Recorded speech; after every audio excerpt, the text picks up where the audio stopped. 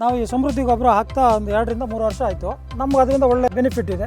ಚೆನ್ನಾಗಿ ತೋಟನೂ ಚೆನ್ನಾಗಿದೆ. ಮತ್ತು ಎರಡನೇದಾಗಿ ಎರೆಹುಳ ಜಾಸ್ತಿ ಇದೆ. ಮತ್ತು ಈ ಅಡಿಕೆಕಾಯಿ ಬೀಳೋದು ಒಂದೊಡಕಾಗಿ ಅದೆಲ್ಲ ಕಂಟ್ರೋಲ್ ಇದೆ. ರೈತರಿಗೆ 100% ರೆಕಮೆಂಡ್ ಮಾಡ್ತೀವಿ. ಅದ್ರ ಬಗ್ಗೆ ಏನು ಅನುಮಾನವೇ ಇಲ್ಲ. ನೀವು 1 ವರ್ಷ ಫಸಲು ತಗೊಂಡು 10 ವರ್ಷ ನಿಮ್ಮ ತೋಟ ಹಾಳು ಮಾಡ್ಕೊಳ್ಳೋದಕ್ಕಿಂತ ನೀವು ಇದನ್ನ ಯೂಸ್ ಮಾಡೋದು ಒಳ್ಳೇದು ಅನ್ಸುತ್ತೆ. ನೀವು ಬೇರೆ ಗೊಬ್ಬರವನ್ನ ಪಡೆದುಕೊಂಡಾಗ ಮಾರನೇ ದಿನ ಗೊಬ್ಬರ ಕೊಟ್ಟವರು ಯಾರು ಕೂಡ ನಿಮ್ಮ ಕಾಲ್ಗಳನ್ನ ರಿಸೀವ್ ಮಾಡೋದಿಲ್ಲ. ಫೋನು ಕೂಡ ಸ್ವಿಚ್ ಆಫ್ ಆಗಿರುತ್ತೆ. ಮಲೆನಾಡಿನ ರೈತರೆಲ್ಲ ಸೇರ್ಕೊಂಡು ಕಟ್ಟಿರುವಂತಹ ಸಂಸ್ಥೆನೇ ಸಮೃದ್ಧಿ ಸಾವಯವ ಗೊಬ್ಬರ. ಕೃಷಿ ಮಾರ್ಕೆಟ್ನ ಎಲ್ಲ ರೈತ ಬಾಂಧವರಿಗೆ ನಮಸ್ಕಾರ. ವೀಕ್ಷಕರೇ, ಕಳೆದ ಬಾರಿ ನಮ್ಮ ಸಮೃದ್ಧಿ ಗೊಬ್ಬರದ ಬಗ್ಗೆ ಒಂದು ವಿಡಿಯೋ ಮಾಡಿದ್ವಿ. ಒಳ್ಳೆ ರೆಸ್ಪಾನ್ಸ್ ಬಂದಿತ್ತು. ಕರ್ನಾಟಕದಾದ್ಯಂತ ನಮ್ಮ ಗೊಬ್ಬರವನ್ನು ಪೂರೈಕೆ ಮಾಡಿದ್ವಿ. ಹೀಗಾಗಿ ರೈತರಿಂದನೇ ಒಂದು ಸಮೀಕ್ಷೆಯನ್ನು ಮಾಡಬೇಕು ಅಂತ ಹೇಳಿ ಓಡಾಟವನ್ನು ನಡೆಸ್ತಾ ಇದ್ದೀವಿ. ಸದ್ಯಕ್ಕೆ ನಾವೀಗ ಶಿವಮೊಗ್ಗ ಜಿಲ್ಲೆಯ ತೀರ್ಥಹಳ್ಳಿ ತಾಲೂಕಿನಲ್ಲಿದ್ದೀವಿ. ವೀಕ್ಷಕರೇ, ರಮೇಶ್ ಎನ್ನುವಂಥ ರೈತರೊಬ್ಬರು ಸತತವಾಗಿ 3 ವರ್ಷಗಳಿಂದನೂ ಕೂಡ ನಮ್ಮ ಗೊಬ್ಬರವನ್ನು ತೆಗೆದುಕೊಂಡು ಅವರ ತೋಟಗಳಿಗೆ ಪೂರೈಕೆಯನ್ನು ಮಾಡ್ತಾ ಇದ್ದಾರೆ. ಸದ್ಯಕ್ಕೆ ನೀವು ಗಮನಿಸ್ತಾ ಇರ್ಬೋದು, ಇದೇ ಅವರ ಒಂದು ತೋಟ. ಅವರ ತೋಟಕ್ಕೆ ಹೋಗೋಣ.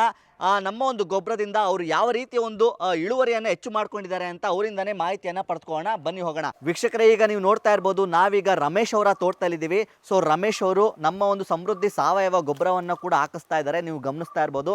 ಹಾಗಿದ್ರೆ ಬನ್ನಿ ನಮ್ಮ ಒಂದು ಗೊಬ್ಬರದ ಬಗ್ಗೆ ಅವರ ಒಂದು ಅಭಿಪ್ರಾಯವನ್ನ ಕೇಳಿ ತಿಳ್ಕೊಳ್ಳೋಣ. ಗೊಬ್ಬರದ ಬಗ್ಗೆ ಒಂದು ಸಮೀಕ್ಷೆಯನ್ನ ಮಾಡ್ತಾ ಇದ್ದೀವಿ ಸರ್. ಸೊ ನೇರವಾಗಿ ಹೇಳಿ, ಫ್ರ್ಯಾಂಕ್ ಆಗಿ ನಮ್ಮ ಒಂದು ಗೊಬ್ಬರದ ಬಗ್ಗೆ ನಿಮ್ಮ ಅನಿಸಿಕೆಯನ್ನ ನಮ್ಮ ವೀಕ್ಷಕರಿಗೆ ತಿಳಿಸ್ಕೊಡಿ ಸರ್. ನಾವು ಈ ಸಮೃದ್ಧಿ ಗೊಬ್ಬರ ಹಾಕ್ತಾ ಒಂದು 2 ರಿಂದ 3 ವರ್ಷ ಆಯಿತು.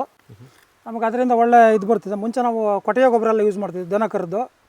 ಅದರಿಂದ ನಮ್ಗೆ ಆಳುಗಳ ಪ್ರಾಬ್ಲಮ್ಮು ಎಲ್ಲ ಪ್ರಾಬ್ಲಮ್, ಮತ್ತು ಇಳುವರಿಯಿಂದ ಏನು ಅಂತ ಒಂದು ಇದರಲ್ಲಿ ಇರಲ್ಲ. ಮತ್ತು ಕೆಮಿಕಲ್ಲು ಹಾಕಿ ಯೂಸ್ ಮಾಡ್ತಿದ್ದು, ಅದರಲ್ಲೇನಂತ ಇಳುವರಿ ಇರಲ್ಲ. ಇದು ಹಾಕಕ್ಕೆ ಹಿಡಿದ್ರ ಮೇಲೆ ಪರವಾಗಿಲ್ಲ, ಚೆನ್ನಾಗಿ ಬರ್ತಾಯಿದೆ ಇಳುವರಿ ಎಲ್ಲ.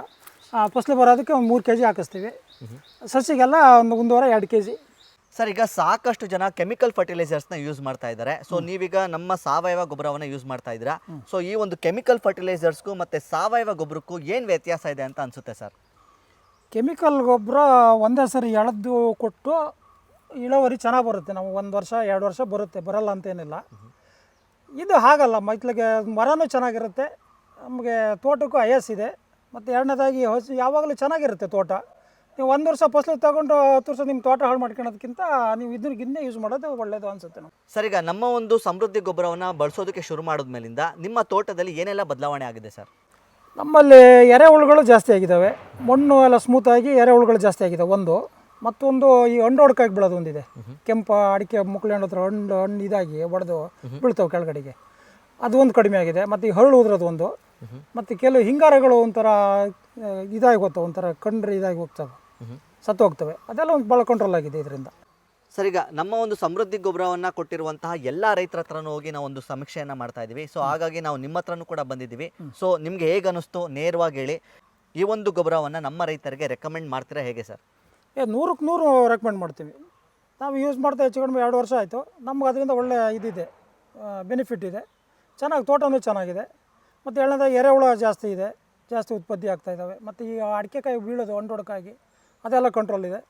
100ಕ್ಕೆ 100 ರೈತರು ನಾವು ಇದು ಮಾಡ್ತೀವಿ, ತಗೊಳ್ಳಿ ಹಾಕಿ ಜಮೀನಿಗೆ ಅಂತೇಳಿ ಹೇಳ್ತೀವಿ ನಾವು. ಏನು ತೊಂದರೆ ಇಲ್ಲ, ಇದರಿಂದ ಯಾವ ಇದು ಮೋಸ ಇಲ್ಲ, ಏನಿಲ್ಲ. ಮುಖ್ಯವಾಗಿ ಮಲೆನಾಡಿನಲ್ಲಿ 90%ನಷ್ಟು ರೈತರು ನಮ್ಮ ಒಂದು ಸಾವಯವ ಗೊಬ್ಬರವನ್ನೇ ಬಳಸಿ ಅಧಿಕ ಇಳುವರಿಯನ್ನು ಪಡಿತಾ ಇದ್ದಾರೆ ಅಂತ ಹೇಳೋದಕ್ಕೆ ನನಗೆ ಭಾಳ ಸಂತೋಷ ಆಗ್ತಾ ಇದೆ. ಮಲೆನಾಡಿನ ರೈತರೆಲ್ಲ ಸೇರಿಕೊಂಡು ಕಟ್ಟಿರುವಂಥ ಸಂಸ್ಥೆನೇ ಸಮೃದ್ಧಿ ಸಾವಯವ ಗೊಬ್ಬರ.